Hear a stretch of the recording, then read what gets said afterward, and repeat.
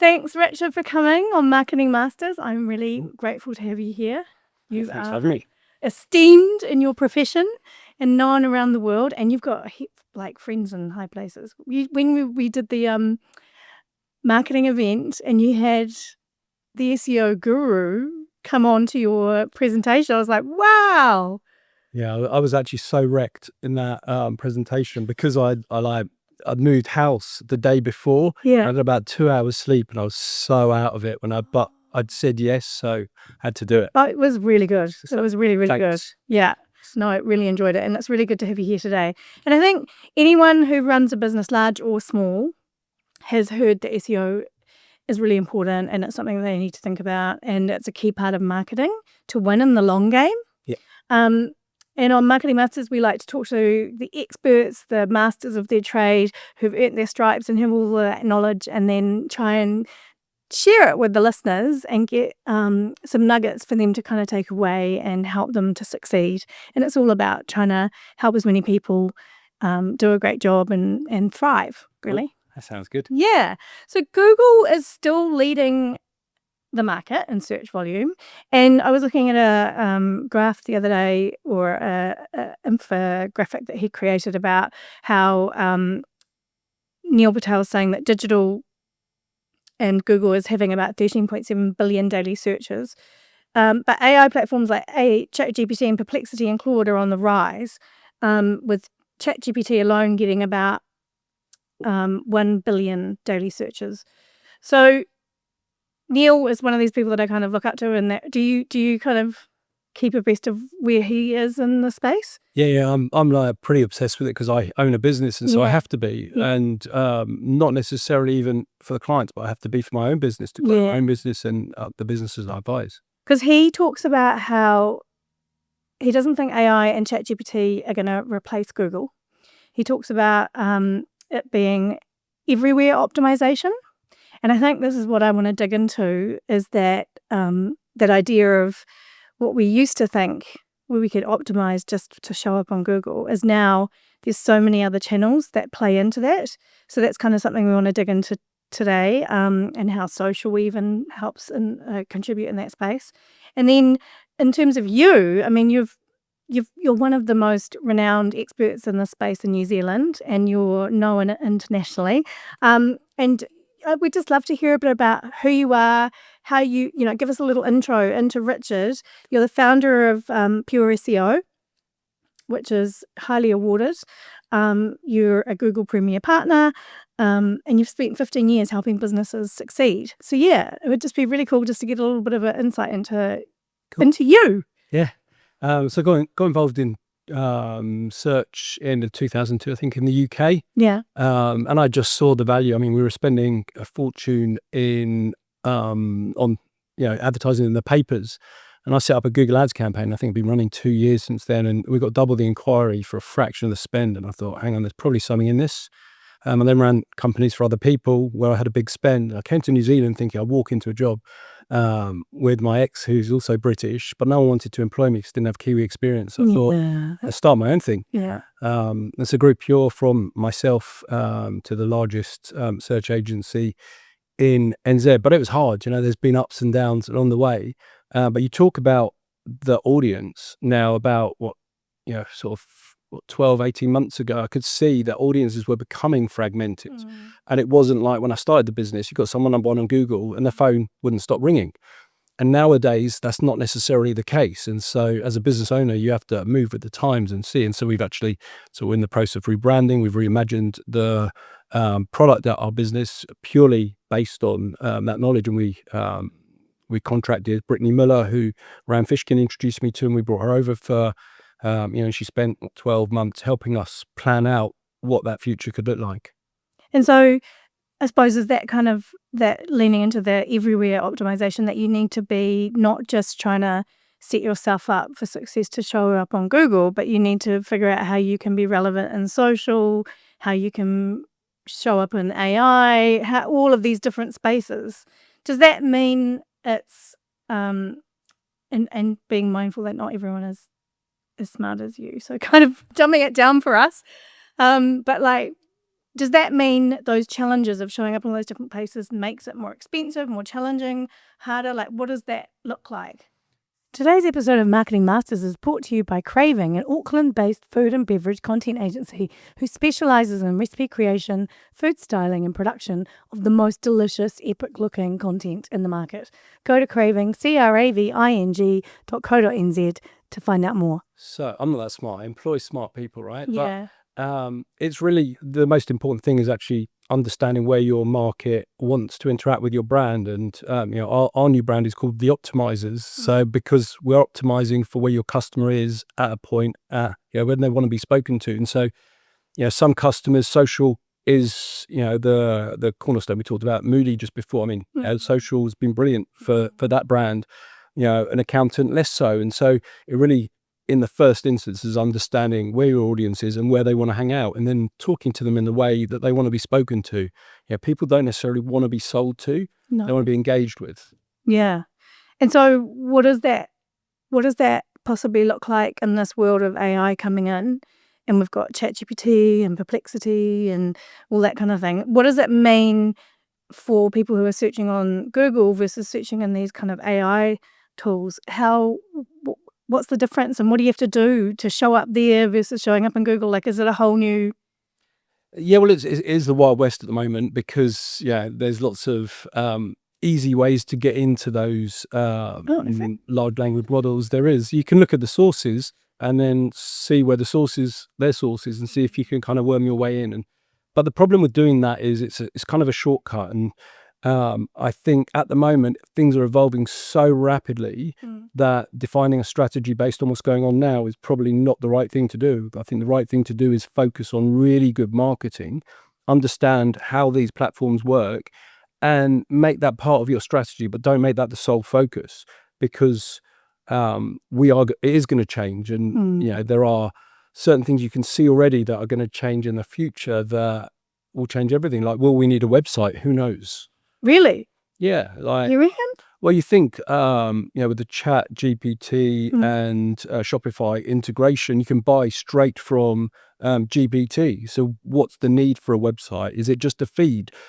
I think at some point we'll have our own, AI agents that will have trained, and they'll go and do that stuff for us. And so maybe it's APIs. It's going to change the way we. Do you think it's going to be quick? Do you think it's going to be like, or will it be like a few years and then it'll slowly warm us up to it? Or I think it will be quick, but probably not as quick as we think. I think there's a saying like, less happens in a year than you think, but a lot more happens in 10 years than you think. Yeah. So, because they're talking about agentic AI at the moment, which is like, Can you explain what that is to some of? So, it's AI that can understand and it can actually do things for you, like a personal assistant and things. But AI doesn't understand at the moment. We're a very long way from that, I think. I say very long, maybe not very, very long, but certainly not. I don't think in this year we'll see agentic AI, and that will change everything when that comes. But at the moment, it's probabilistic, and it's not necessarily how we're going to finish. We're in a transitionary period, and so I see all these things as tools. And the tools have always changed for marketers over the years. This is just going to be a rapid change. Seismic shift. Yeah, but that's cool. It's exciting. It is so exciting. When Google came early doors, it gave the opportunity for all these smaller businesses to actually compete with the large businesses. That value proposition's got much harder over time as everyone's got used to Google. But there's going to be so much opportunities for smart people, especially the younger generation, who this stuff's ubiquitous for them. Do you think it's like it's not even democratizing, but it's almost like elevating how easy it is to build something, and like through you can get these amazing tools now where you can build websites and build apps using natural language. Like, basically anybody who has an idea has the opportunity to go out and create something. And then at the heart of it, I think, and it'll be really interesting to get your take on it, my view is that with SEO and kind of, the whole dark hat and the days of Wild West and all the rest of it, the long game is the game to play. And that's all about creating content that's high quality, that genuinely helps people, that's valuable, that is evolving as customer journeys change or shift. And if you always prioritize making something that's helping people, and whatever that looks like, be it videos and amazing content and written word and making sure you're doing all the basics right, that's when people win. Yeah, and I think there's going to be a movement towards authenticity, because anything that gets produced in mass scale, algorithms can pick up anything that's sort of mass produced. And so how do you differentiate? They say zig when everyone else is zagging. I did it a few years ago. I was sitting in a conference and I thought, everyone's sending these ebooks. Wouldn't it be good if, I did a real book? And so I spoke to Penguin Random House and they wanted me to publish a book on SEO, but that's a differentiator. And so authenticity, I think, is going to be key. And the ideas, like, you can use it as a tool, but if you use things verbatim, then you lose the magic. It is, yeah. It can't bring that kind of the human element, which, it does create amazing, it can do so many things. But I feel like I've just was watching the new Google image generation tool that's come out and how amazing that is. And then you go, oh my goodness, it creates audio and visual. So basically you can create your own movie if you want. But now if it's that easy to make movie looking content, it's almost like we're going to go back, like lo-fi had its moment, but is it even more lo-fi? It's the stumbles, it's the ums, it's the ahs, it's the human true moments you can't script that will make stuff stand out, because everything will look so perfect. Everything could be so perfect and so beautiful that actually it's almost going to be the move to being truly human, and we are all flawed. So that will stand out more. Yeah, and it's the story. Like authentic, trustworthy, that kind of, like you say. Yeah, I mean, people generally kind of connect with people, and it's those stories, it's those anecdotes, it's those experiences that really resonate with people. And, I see AI a little bit at the moment like a covers band. It's there, but it's not quite the same. Something slightly off. It's so, like you say, it can produce amazing stuff, but if everybody's doing it, how do you differentiate? And differentiation is important in marketing.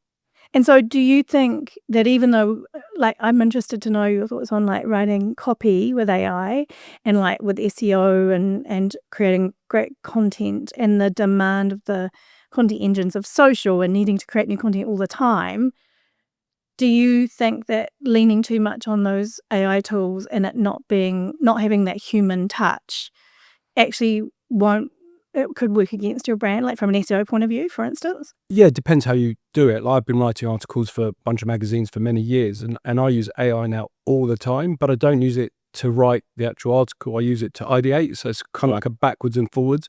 And then I use my own experiences and anecdotes to actually write the article, but it might tell me, what's really popular at the moment, what people are talking about. So it gives me ideas of where to kind of frame what I want to write about, and then it can give me some ideas of bullet points, but I ignore what it writes and write it myself. Yeah. Because being imperfect, I think, is a little bit better than, people don't want, perfect grammar and those weird long hyphens. Yeah, exactly. What are they called? M-datters. I don't know. But they're suddenly everywhere. Yeah. And I've never seen them before in my life. And it's obvious. I love language. I'm not very good with the visual side of things, but I love language, and you can tell when something's actually being crafted with real care and real thought and real emotion. You can feel it. And you can also tell when someone's just whacked something into ChatGPT and then sent it out verbatim. And it might work in the short term, but in the long run, it's not going to win out. No. And so you think that trustworthiness, how does a brand bring that trustworthiness and that authenticity to their presence online? Because it's hard. Like, what are tricks that you believe have worked that you've seen? So I think you marry the online and offline. I think, a lot of offline activity can be put online and should be put online, and also the connections that you make with. So say, for example, you're a food outlet, you should be engaging with your local community, be it schools, be it rugby clubs and things like that. And so then you've got really good, authentic content. Plus you're engaging with the audience who are actually going to buy from you. And so they know you as a person, and it's online. They get excited about seeing them online. And so it's kind of snowballs, and you see who engages with you most. And then you keep engaging with those people. And That way you can kind of amplify your message without costing fortune as well. And the other thing is, think about who works for you. Like, these people have got real backgrounds, and that making your business a little bit more personal, I think, is also, it's an easy way to cut through and show your own personality. It's interesting because there's, and I won't name any names, but there's an example where a brand had a person who was fronting their brand online and social, and then they left that brand and they went to another brand. So it's interesting when you talk about like getting your staff and stuff to get involved in helping to create content and be, do you think there's a risk in putting too many eggs in one basket? So I wouldn't use one person. I'd use across the board, like, feature art things. But the way I look at it, right, is if my guys leave Pure and they go and do wonderful things, well, we've been part of their journey, and good luck to them. Yeah. So, but I wouldn't, even myself, I'm a little bit the face of Pure, but you never know what could happen. I could be run over tomorrow, and then it's all that's kind of gone, and so you have to kind of distribute that a little bit. Yeah. So it's not just all on your shoulders. Yeah. And so if you were a small business or even a medium-sized business and you were launching yourself to market and you had a tight marketing budget, it was your own money that you were putting behind it, what would you do? Where would you put your money? So I started my business with $200 in a country I didn't know anyone. And I think it's easier than ever to actually do things from a low budget perspective. I think the important thing is, if you're an expert in something, you have knowledge in something, be generous, share. Like, I remember saying to sales guys in the early doors, like, go to that sales meeting and make it that even if we don't get it, they would have like paid for that meeting. Give them value, because they'll always remember you. They'll always remember the value you gave. And in the grand scheme of things, if they don't want to work for us, they don't want to work with us. It's not a big deal, but always give value. And if you've got your own business, you must have knowledge and experience in something that somebody else is interested in. So use that. And if you're not the best writer, get someone to help you write. If you're not the best creative, like, get little bits of help and use this technology. I also think with AI and things like that, you've got to be trying it. You've got to be using it, because our kids are growing up with it as, that's going to be all that they know. It's going to be the norm. And so, we have to evolve with them. What do you use regularly? I use ChatGPT regularly. I use Otter for meeting notes. I use all sorts of stuff all the time, but it changes. Yeah. The one consistent for us is GPT, because I've trained mine with all my articles and things like that. And I was saying I don't know if it's been done now, but I reckon there's a business to be made, a $1 billion business, where you need a thing on top of these LLMs where publishers can sell their IP to train up LLMs. So, like, if you're doing a branding thing, use the Zappos book and things and trade up your LLM to do it. And I've been doing it with my 14-year-old boy who likes Scratch and is getting to do Scratch, which is this like coding thing. Oh yeah, Scratch coding. Yeah, and he's been getting it. It got it to code these things that he could never do in a million years, and he did it in a way that was totally random. But it shows you if you think about things differently, you get a different outcome. If you just want to say do this with no kind of explanation and no thought process behind it, you're going to get crap out. And so I think a lot of it is around using your smarts and your experience to get the best out of these AI tools. They're not just going to be just putting something little and it's going to give you what you want. You've got to craft it and mold it. And there's so many. Yeah. Are you guys using like not just like ChatGPT, but like, for instance, if you want to create images or create video, or like, are you using it across the board? Yeah, absolutely. Myself less so. But the team talks. Yeah, although I do own a video production company as well, and they do some, but I'm not involved in that kind of day to day. But certainly images. But again, you don't want to do. They look obvious. There's a lot of images, and you don't want to be the same as everyone else. You want to stand out. And early doors, it was good because no one else is using it. Now everyone else is using it. Think differently, and often it's the concept behind the image that is the value. So it might be like your garage door company, for example, and you might want to get AI to create garage doors which are relevant to different locations, like ski fields, what would I go? And so using your creative thought behind it rather than just saying create an image. Yeah. Oh, it's really cool. It makes it so much more cost effective. And now they are getting better and better. Like the quality, there's even like tips online and stuff if you look to make them less AI. Like you can almost like their photographs. But then what was hilarious was the other day GQ launched a whole lot of images on social from their latest issue with Brad Pitt. And everyone in the comments was going, are these AI? These are definitely AI. And they were an actual shoot in New Zealand. And so now it's like this kind of like perfect photography is actually almost, it needs to be imperfect because otherwise it does look like, I mean, I looked at the photos and I was like, they do look like AI. And everyone was in the comments like debating, did they actually go to New Zealand? Is he in New Zealand? Did they shoot that shoot? He looked really good. But yeah, and totally diverting. But it's interesting. It's that if it looks too perfect, if it looks too hyper realistic, like everything is so sharp. Yeah. That's where it feels not quite right. That Brad Pitt one's a good one though, because like although it did look like and it wasn't, it got people engaged and talking, and that's ultimately what you want to do in marketing. So that worked, and it wasn't AI, but it got the conversation going, and you know that's kind of what you're trying to look for. Gaining people's attention. And so that thing you mentioned before about Shopify being in ChatGPT and that's coming. What do e-commerce, like do we even know, like it's been kind of out in the news, but it isn't necessarily widely launched yet. But what will that mean for e-commerce businesses to be able to ensure that they're showing up in that space? What will they need to do? It's difficult to know for sure, but you know, you're looking at APIs to these platforms so they can talk directly to inventory and things like that and actually do the communication. So I said, I don't know if you will need websites necessarily in the future, because if everyone's buying off things like GPT, it might just be the database that they pull the information from. It might not be a front end because you don't need that, because it's not the human that's actually going to be searching for it. It's the AI that will present that information. So you're like dreaming of a whole entire different world. Yeah. Wow. I haven't even gone that far, like to thinking that websites and like the way that we interact. Well, if you think if it's actually vying within you, like why would you spend fortunes updating your website? And but then it makes it really interesting, that conversation around branding.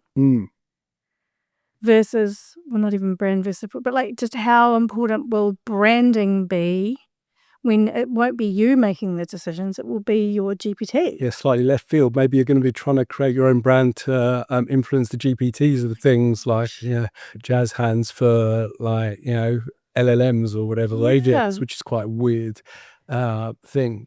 So it's an exciting time though to be alive, because whenever there's big change, right, there's always going to be people who take advantage and like short-term money, but there's other people who see the opportunities and they build on what exists and they see the niche, and that's where the value is going to be, you know, building on top of these things in a niche to make it, you know, better for your own industry or your own business. Do you think we all need to be like creating what do you call them, AI agents, and like, is that something which you'll be learning how to do right now? Or yeah, I think it's pretty easy to do, to be honest. It's not difficult. Like, you know, I built for my own content writing, and it, you know, it chats to me like a mate. What did you use to build? I use ChatGPT. Oh, you use the ChatGPT. Yeah, but I've written, you know, hundreds and hundreds of articles over the years, and so it knows my style. But saying that, it still doesn't produce something that I would put out. No, like I've never put anything that it produced. I've always written from scratch after seeing it. Yeah. But that might just be personal to me because I like writing. Yeah. Yeah. It was interesting. I had someone, it was Stanley from the Attention Seeker. He was saying that he reckons writing is the most important skill. That if you can crack writing, then it makes you a better communicator. Not even being on video, not even the whole practicing being on video. It's actually communicating your message is actually the key. Words are so powerful, aren't they? Like, you know, everything is just an idea. Even money's an idea. So, you know, society's built up on ideas, and those ideas, the genesis of that is words. And so words is what, you know, powers everything. We grew up sitting around fires telling stories, and it's like those still connect. Yeah, and that makes you smile just thinking about that. Do you know what I mean? Yeah. So that's human, isn't it? Yeah, with marshmallows toasted on a fire. They didn't have those in those days, but anyway. And so if you're looking at the key stages or milestones a business should aim to kind of hit when they're building a strong online presence and all the areas they need to be? What does that look like? Where do they need to be? They don't necessarily need to be everywhere, or they need to, No, you've got to be smart and you've got to be targeted. You really got to define where your target market is. And if you're able to be out, talk to people front and center, get on podcasts, actually get your personality known.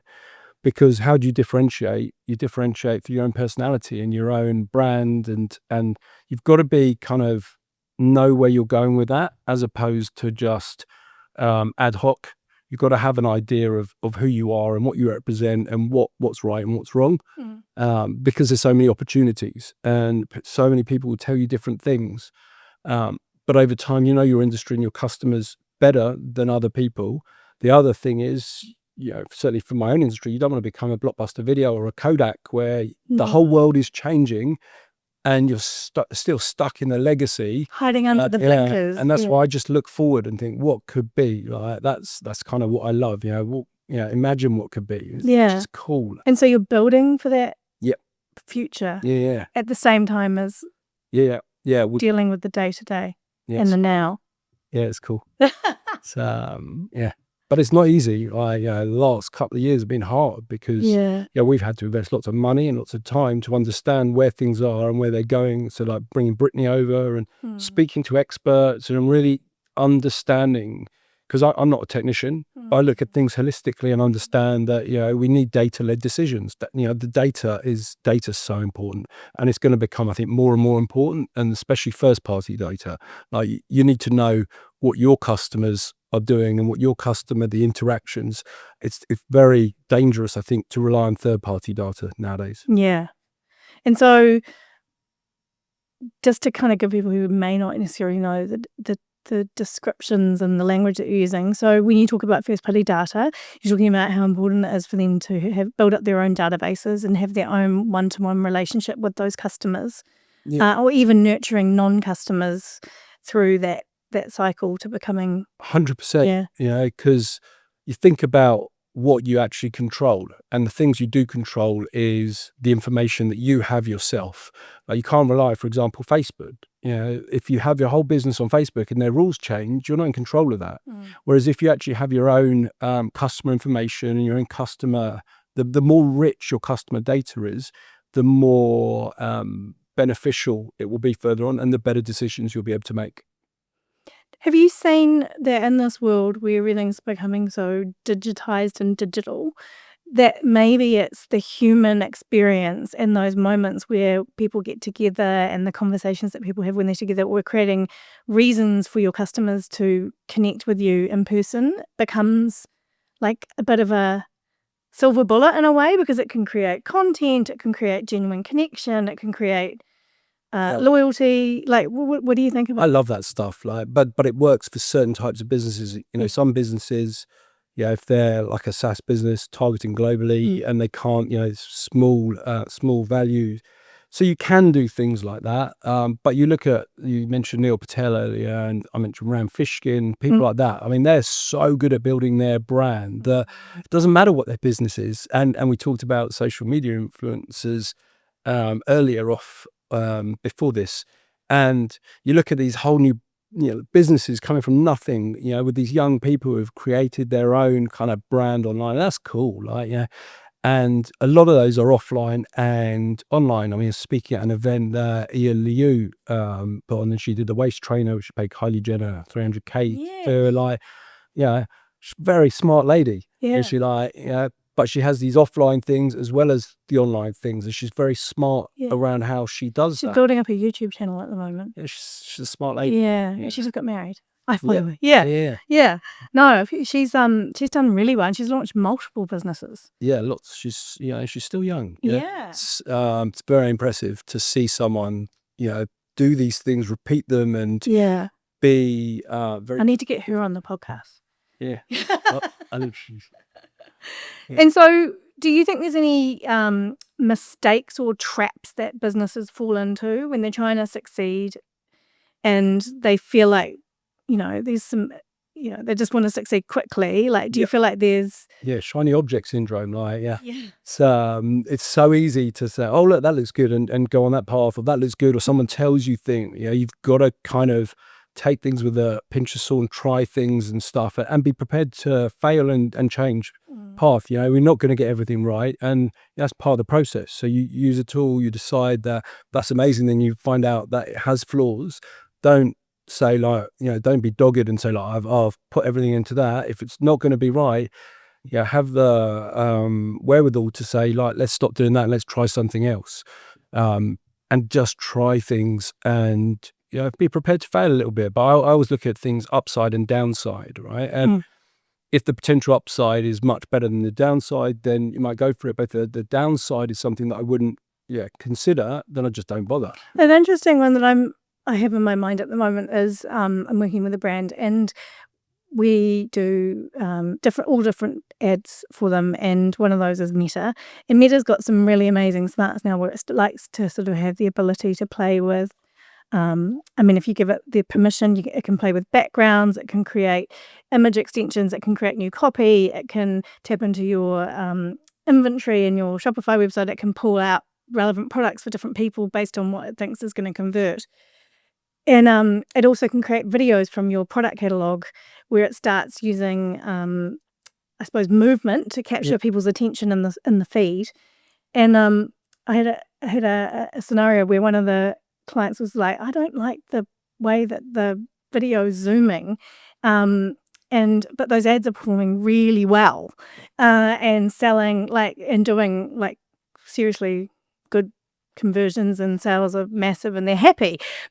What do you think that balance is where you've got personal opinion when you're a brand owner and you're like, but I don't like that color background, or I don't like but then it's doing really well? I look at the data. I'm very much data led, and I think I remember early doors with a customer, and we were like getting a 3-to-1 return on every dollar that they spent, which was amazing for their kind of business, right? And they were spending, I think, 20 grand a month on Google Ads, and they refused to spend more. And I said, like, if I give you $3 for every dollar you give me, how many dollars would you give me? And they keep giving me them until it didn't. And I said, so why would you stop your budget when it's giving you a 3-to-1? Because you've said, I only want to spend 20,000. And so some people can just be so tunnel focused, and they don't actually think about the ramifications of things. Like, personal opinion is opinion. And that's what I find really interesting, like that brand building, right? They're building a brand, and you've built a brand. How far do you have these guidelines that you stick to? Like, I only ever use these colors, or like, do you let the guidelines? I'm an entrepreneur, so I'm loose. Yeah. It's I think it's Claudia Batten is a Kiwi entrepreneur. She talks about the squiggly line, right? Nothing's linear. You're going to go backwards, you're going to go forwards, you're going to go all over the place. But as long as you head in that direction, it's not going to be linear. And I know that my opinion is one, and my opinion changes over time, and my tastes change over time. And so if the data's showing me something, and I'm sure the data's right, I would follow that. Follow the data to my own opinion. Yeah. So it's British, say data. And data. Tomato. Exactly. Potato. So not everyone listening to this podcast has budgets for an agency, and they're trying to do things themselves. Do you have any suggestions for like low cost approaches, or like starter approaches to helping them improve their digital presence and their SEO if they're doing it on their own? Well, it's about consistency, and keep doing things like so, and measure, test. Like, if you do something every day, even if it's the smallest thing, it may feel like you're not really doing much, but in the long run, it's accretive. It adds on to itself, and big things happen. And like I said, I started my business with $200. I didn't know anybody in this country, but every single day I made sure I did at least 1 or 2 things towards a goal, whether it's going to an event, whether it's writing some content, whether it's, making a cold call or whatever it was. And if you keep doing it's momentum, you build a momentum and you build things. And so it's not going to happen in the short term. You've got to stop looking for instant gratification, because very rarely you get good stuff in immediate. A lot of success, you don't see all the work behind it, and it's the grind day, every single day you do something, even if you don't want to get out of bed, you do something. And that's how big things happen. They don't happen without that hard work. No, I totally agree. Yeah, it's like, did they say something like, well, yeah, one of the guests was talking about how everyone's talking about how they've been an overnight success, but they were like, we've been doing this for 10 years. Yeah. So it's not overnight. No. And it's like another really interesting way that I've heard people describe it is like, if you go to the gym every day for 20 minutes, you don't see any change in the short term. But then if you did it for 365 days, you're going to look hugely different. And so it's that little bit every day that will give that compound kind of growth. Yeah. And also if you kind of, like, if you believe in it yourself and you're passionate about yourself, people feel that. Whereas if you don't really believe in it, like, people can also feel that. And so, focus on the areas that excite you and that, like, drive you. And then, like, why don't you feel like work? Like, there is a lot of grind as well. But a lot of it doesn't feel like work because you're doing stuff that's cool and you enjoy. How much do you think personal brand contributes to businesses succeeding these days and in the world that we're in? I think it's massive, and I think it's going to be even more going forward. I think personal brand, things like LinkedIn and social platforms and stuff, is a massive differentiator. And you look, like, in every industry, there's like a few people that everybody knows, and they put something out and people want it because they know that this person's been successful and they like what this person does. So I think personal brand's massive. Yeah. But as an entrepreneur, how do you separate your personal brand from your business? That's what I was going to ask. Yeah. I don't actually go into my business day to day. Other people run out, got a CEO in there and etc. But I still do a lot of I call it jazz hands, like speaking at events, doing podcasts. But then that's because I enjoy it. It's that kind of drives me. And also, like, one of the big things for me is, like, I've been reasonably successful, but now I think so many people help me on my journey. Now I've got an obligation to help that next generation on their journey. And part of that is going out and chatting and helping people and mentoring people. And you meet these people who, they just want a little leg up, and, like, you might be in a position to do that. And I think that's cool. And it's a win-win as well because, like, nothing's truly altruistic. Like, you get joy out of it, and there's always good stuff that comes with it. I kind of believe in karma to a certain extent, and if you keep doing good stuff and you help people, good stuff comes back. Yeah. And you're going to be at the university this evening doing a lecture? Yeah, I'm doing it remotely. It's the first, I think, for the analytics MBA for University of Auckland. So 2 hours. My daughter's at home, 6. I've got a friend coming over to just manage her. And what are you going to be talking about? I'm actually going to be talking about the pure journey, building it from scratch up to where it is today, the ups, the downs, how we've used data to make decisions, and where I think the future will go. And then it will be a kind of Q&A. So if you look back on your journey, do you think, and this is where I'm digging into that personal preference versus data, do you think there's been decisions where you thought it was going to be something else and then the data told you something completely different and you're like, oh, okay, I'll go with the data, and it blew you away because you're like, oh, I thought it was not going to work, or it wasn't going to, and so actually it was kind of almost level setting you to go, okay, actually I really do need to be data driven?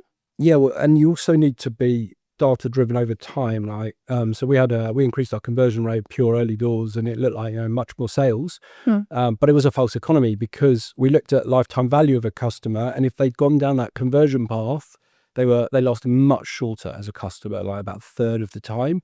And so although we got more customers, shorter lengths, a higher churn, less satisfaction with higher churn. And so, but if we just looked at the conversion rates, we'd have kept banging on that, but we didn't. We looked at the data over time and realized that actually it's not the right thing to do. We need them to interact with our brand and understand our business and understand the industry before they engage with us, because then they'll stay with us for ages. And do you think that most businesses are looking for they want it to, it's almost like they want it just to, they pay some money to you and then suddenly there's loads of results, boom, you're like, but do you feel that it is a journey? Like, you kind of need that first 3 months to learn lots of lessons, try different things, test and learn, and to figure out what the right mix and the right recipe is for each business? 100%. Like, how are you going to know, right? You've got inklings, you've got ideas, you've got plans, but you've got to test and iterate. The world changes, industry changes, and there's I remember again, early days, like a lot of people, they would engage an SEO agency and that's their marketing, they think done and dusted, but it doesn't work in isolation. You've got to do different things to get, and the best companies that we work with are the ones that understand that, and they're doing all the different facets of marketing, and this slots in and they talk to each other and you leverage each other. That's where the magic happens. Whereas if you just say like, here's some money, done and dusted, that's my marketing done, it's not going to work. And it's like I don't believe you can only do one piece of the puzzle. You do have to do multiple things for it to really, for the magic to happen. 100%. Yeah. You get data and information from one that gives you insights for the other thing. And so if you don't, if it's all in isolation, you lose a lot of that information and you lose a lot of the value that you've built up through the money you've spent already. What do you think are the most critical channels that people should be looking at? Well, it's going to change, but it's right now. It's with digital, isn't it? It's this, whether your audience is on social, whether it's on search, or whether it's podcasts. Or, you can do hyperlocal programmatic to really target if there's a conference. Or so it's really defining your customer segment and thinking about, where are my customers? Like, you could do a podcast where you speak to your guests or your top, if you've only got like 50 customers, you get your top customers, potential customers, guests. So you start to engage them. There's different ways for different businesses. I have millions of ideas for these kind of things, and kind of harder for B2B, isn't it? It's like, but again, it's the ideas that are the gold as opposed to the channel or anything. Because you've got to be channel agnostic. You've got to think, where's my customer? Like, how do I want to engage with them? Is this the right environment to engage with them? Do I want to engage with them on Reddit, or is that not a platform that I want to be seen on? And so Reddit's so dodgy in some ways. Oh my god, it is, but a lot of Reddit but it stuff ranks really well with ChatGPT. Exactly. Oh my god. There was, I don't even know where I read that, but somebody said that they are like the highest ranking company on ChatGPT for something.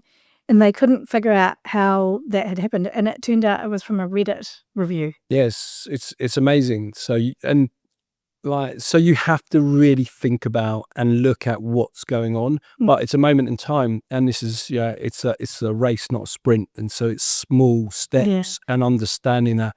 And number one is the customer. You keep the customer happy. You engage with the customer in the way that they want to be. The customer's gonna be with you and tell other people. Whereas if you're more focused on just numbers, let's get more and more in, then it's a false economy. It might work in the beginning, but you create that customer love, and that's what really grows a business. So how important are Google reviews? They're important.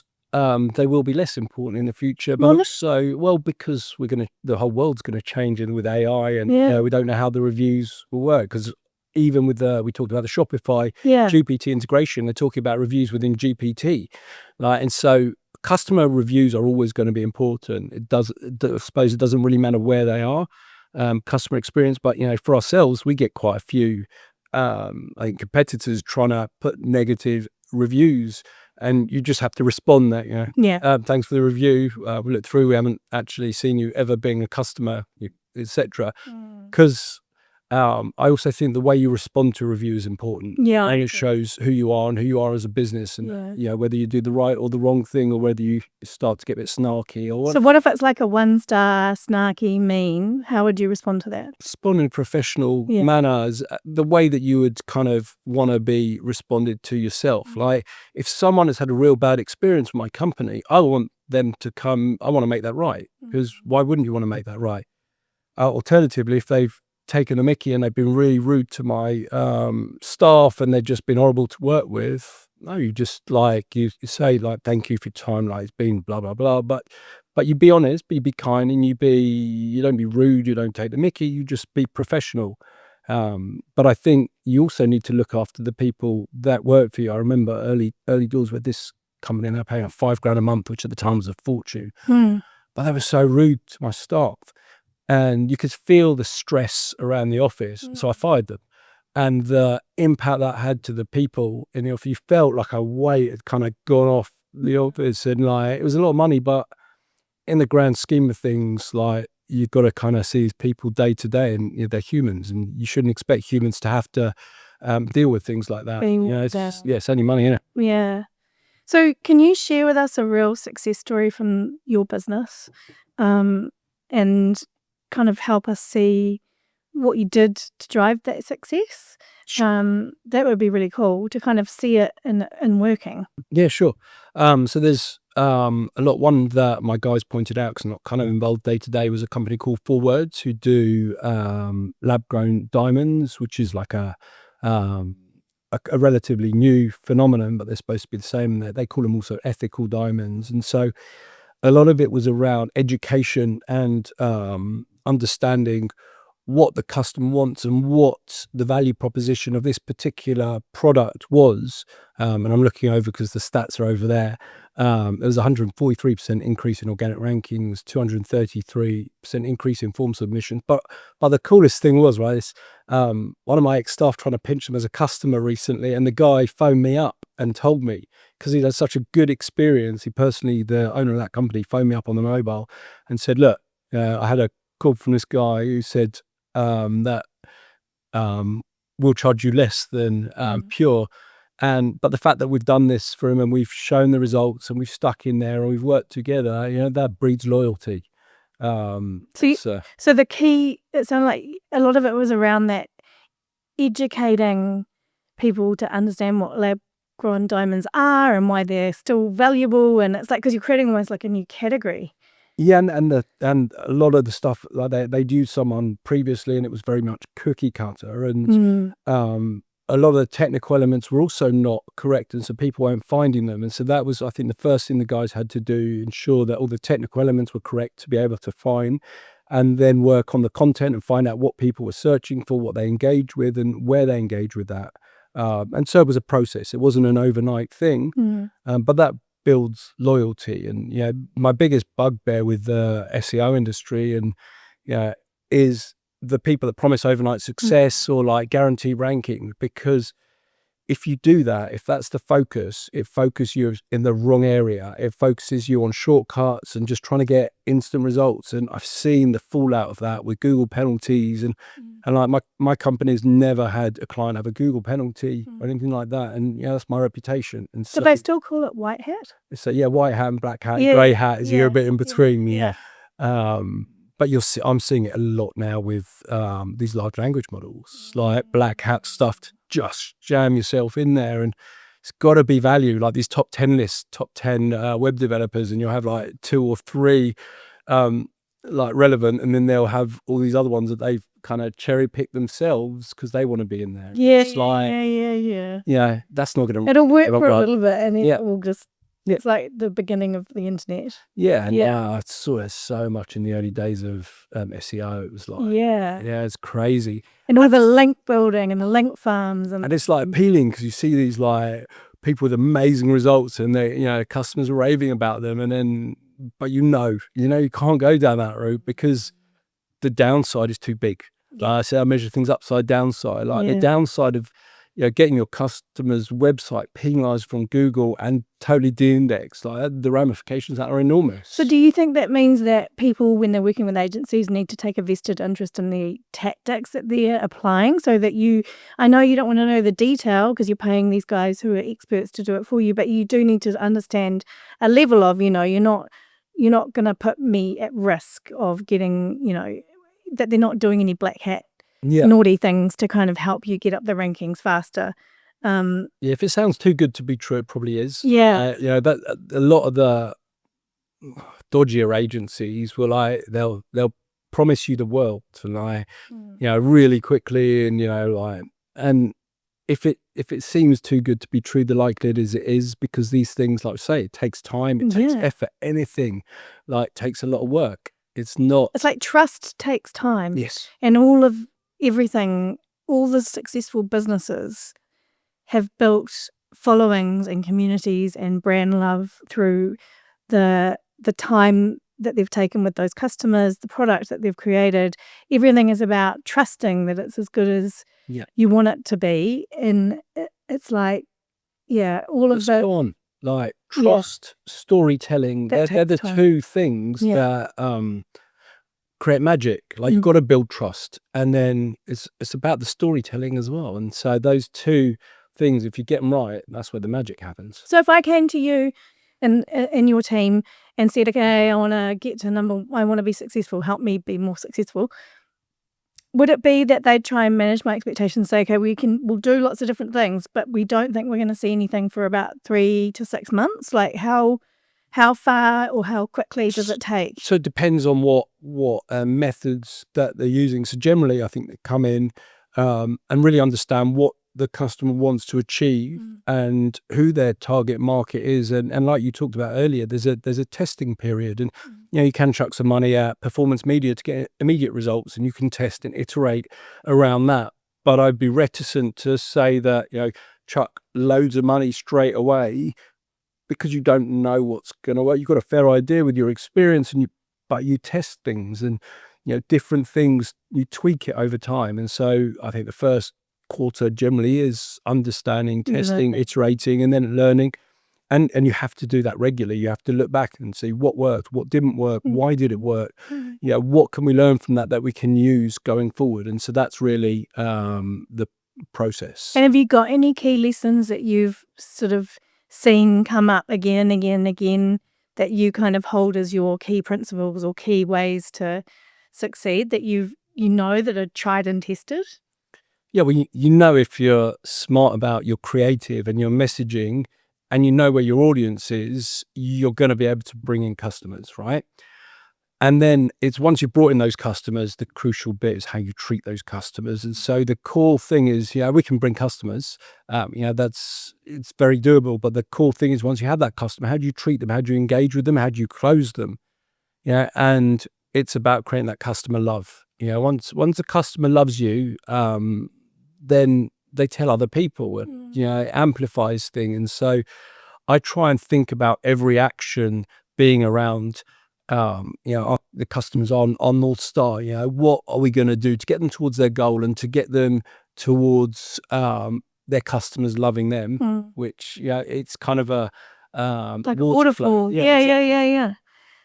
And how it used to be you just had to get onto Google and be number one, but now it's like you've got to be on social, and you might want to be on Amazon, or you might want to be on the AI models, like you want to be recommended there too. So with all these, does that mean the cost explodes, or is it that you can do stuff that will work to help with all, like how? Yeah, I think you need to, depending on what budgets you have, you select your channels to start with, and you test things and you iterate, because you don't need to be everywhere necessarily all the time, but you need to be on the main platforms that your customers are on. But it might be that, depends how much your customers, it might be that you only have like 1,000 customers in the world, and so you've got to be really targeted. Or if you might be a mass market product where you do have to be on all the social platforms, you do have to engage with influencers. So it really, really depends on the product and the business, and it's got to be kind of a strategy that aligns with their values, their goals, and what they want to achieve. Some companies just want brand, they want that love. One of the biggest mistakes people make, though, or companies make, is they do this amazing creative and this amazing campaign, and then it's gone, and they don't leverage the benefit they got from that. And from an SEO perspective, from a paid media perspective, it's like a flash in the pan. And there's that value, and there's ways that you can actually leverage that value and retain that value. And that's one of the biggest mistakes I see companies make. I remember early doors, I would say, when the insurance companies we worked with, they would create these microsites, and then the microsites go, and there's just loads of money driving people to this microsite, and they've really engaged with that, and now they get a 404 error. It's like that's terrible. Yeah.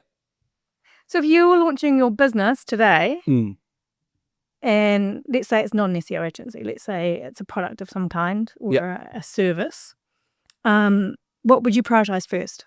I prioritize finding out where my customer exists and building that brand and talking to our customers. So probably it might be, if you're a consumer product, it might be through influencers or building your own brand, like we talked about Moody earlier, and brands like that. They've done so bloody well. I think what's really interesting about Moody is that Kate generally has leaned into community building. Yeah. So she's got 5 people that sit apparently responding to social posts and building that kind of banter and that energy. So it's not just what they're putting out there, it's that they're genuinely building a connection with their customers. Yeah, and it's not that complicated, is it? Like, it doesn't matter the platform's just good marketing and good customer service. Yeah, and you can see why she's done well and other people have done well, because they genuinely care about the customer, they care about their brand, and that comes across. And the quality of the product, I think, as well. It's not just, I think that's also that she's created. I mean, I've tried her products and oh my gosh. I don't know if you've tried them, but she's created this chocolate mug cake. So if you're craving a naughty thing and you're wanting to actually stay a little bit healthy, she's got this protein powder chocolate mug cake that you can make in the microwave. And it's so good that my son, like, it disappeared. And so now, I mean, good quality product, but and tasty and delicious and does what it says, which I think is like, you got to have a really good product first, and the quality of that is critical, and then everything else. Yeah, well, I was speaking at an event with her not that long ago, and she'd given like the drinks to everyone on the table, and like some of them when they opened, like they fizzed over, and she was mortified. Like she had to work out why they'd fizzed over and which actual flavour it was, because it means that much to her. And when you see someone that like it really means that much to them, like it's going to be, they care about it, and so you want to work with someone. Well, you turn that into a social post because, like, how you put Skittles inside Coke, and it blows up. Yeah, you'd be turning that into some content. It could be a selling point. Yeah, passion and love, though. Love marks. I think. I can't even remember who it was. Love marks. Yes. And so, what's one SEO myth you'd love to see disappear? Overnight success, like that, will get you to page 1 on Google in 24 hours or like in a month or two, because they're going to be doing something dodgy. Or we guarantee we're going to get you to number 1 for this term in how many, because they're going for terms that people aren't searching for, or they know that you'd have to sue them to get your money back or whatever. Like if like all these, I don't like people that take advantage of their customers, and I feel that's taking advantage of customers because I've seen over the years the ramifications of it. So don't go for the quick. Quick there. The like, we're gonna get you number 1 really quickly, and we're the best. And I just because what's the worst thing that can happen? That they do something real dodge, and then you get blacklisted. So websites got penalties, and I remember we took over a business that got a Google penalty from someone else, and they ultimately had to rebuild their website from scratch on a new domain, because otherwise they'd spend 18 months and lots of money trying to get back to where they were. And that's a Kiwi business. So but it also depends. If your business is only like for a moment in time, you might want to go for those dodgy methods because you're just, I want to make big money really quickly. And you saw a lot with those NFT businesses. They made loads of money really quickly, but they were a flash in the pan. They went up and down, but they made a lot of money. And if that's your modus operandi, then you go for those things because they will take shortcuts, so they're the right agencies for you. So it really depends on the type of business you are. If you're a long-term business that wants to be around and worry about reputation, then you don't do that.